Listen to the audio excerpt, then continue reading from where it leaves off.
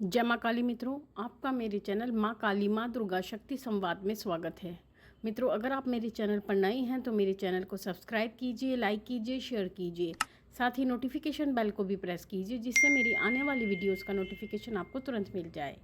मित्रों, आज का जो विषय है वो विषय ये है कि क्या पूजा करने के लिए हमें भूखा रहना ज़रूरी होता है और क्या खा पीकर हम पूजा नहीं कर सकते।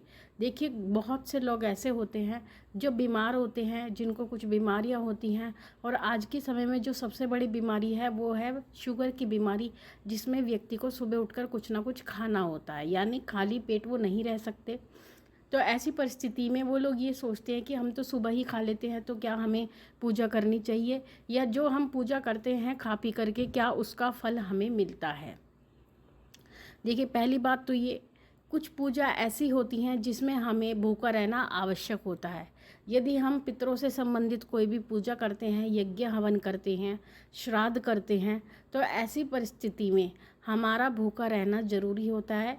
पितरों की पूजा खाली पेट की जाती है।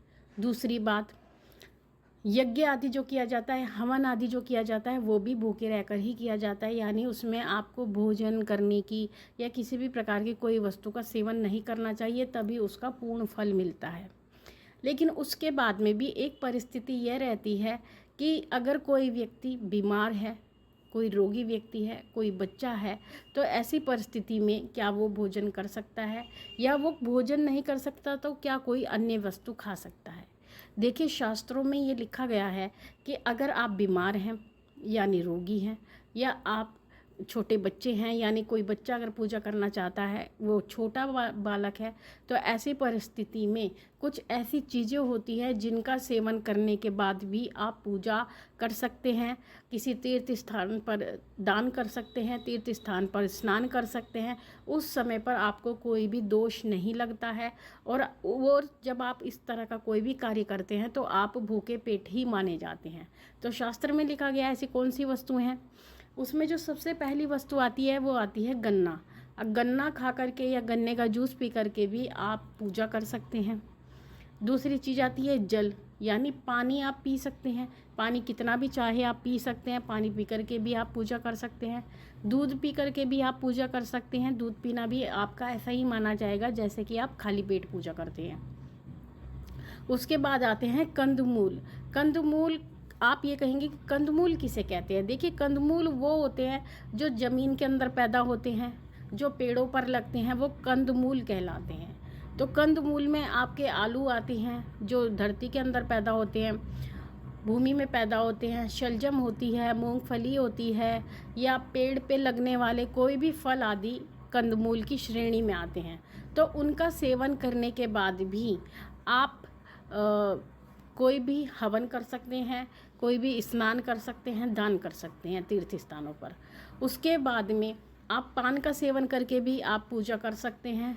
आप किसी भी प्रकार की कोई दवा का सेवन करके भी आप पूजा कर सकते हैं, क्योंकि जो कोई रोगी व्यक्ति है तो रोगी व्यक्ति को दवा का, औषधि का सेवन करना होता है।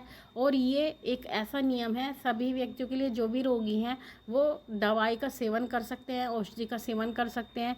व्रत में भी आप औषधि का सेवन कर सकते हैं, कुछ लोग ये मानते हैं।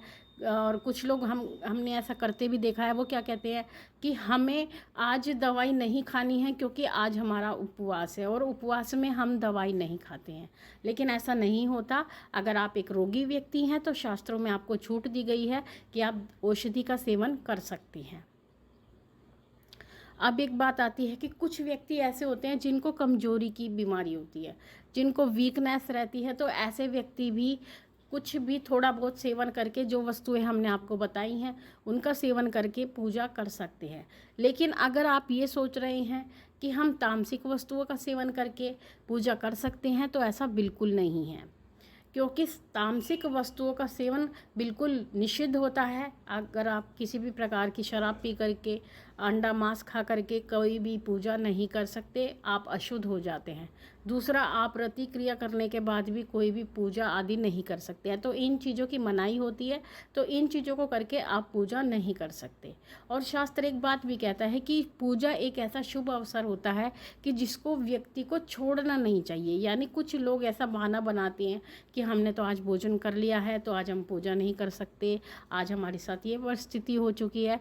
तो शास्त्र ये कहते हैं कि पूजा का अर्थ होता है अपने इष्ट देव का पूजन, उनको मनाने का अवसर आपको प्रतिदिन प्राप्त होता है। तो ऐसी परिस्थिति में इन छोटी मोटी चीज़ों के कारण आपको अपनी पूजा नहीं छोड़नी चाहिए, पूजा अवश्य करनी चाहिए। अगर आप हवन आदि में आहुति देना चाहते हैं तो इन चीज़ों का सेवन करके आप उसमें आहुति भी दे सकते हैं। और अगर आप इन चीज़ों का सेवन करके पूजा करते हैं तो आपको पूजा का पूर्ण फल प्राप्त होता है। ऐसा नहीं है कि आपने इन चीज़ों का सेवन कर लिया है तो आपको पूजा का पूर्ण फल प्राप्त नहीं होगा। हाँ, लेकिन भोजन की जहाँ तक बात आती है तो भोजन मना होता है, आप भोजन नहीं कर सकते।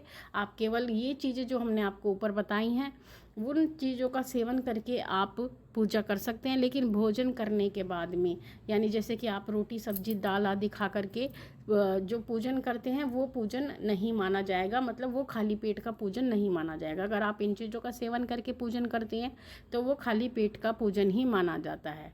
दूसरी बात, शाम की बात आती है तो शाम के समय में सभी व्यक्ति भोजन किए हुए होते हैं, तो उस समय पर ये नियम नहीं लागू होता। यानी खाली पेट का जो नियम होता है वो शाम के समय पर बिल्कुल भी लागू नहीं होता है। शाम की जो संध्या की जाती है, पूजा की जाती है, उसमें आप पहले से ही भोजन किए होते हैं। बाकी जो चीज़ें ऊपर बताई हैं उनका सेवन करके भी आप शाम की पूजा आराम से कर सकते हैं।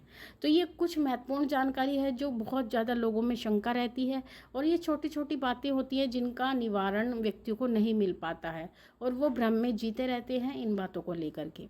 तो मित्रों, ये थी जानकारी आप सभी के लिए। माँ भगवती से यही प्रार्थना करती हैं कि वो आपके भंडारे भरती रहे, आपकी सभी मनोकामनाओं को पूर्ण करती रहे। आपसे फिर मिलते हैं अपनी अगली वीडियो में, तब तक के लिए जय महाकाली, जय महाकाल।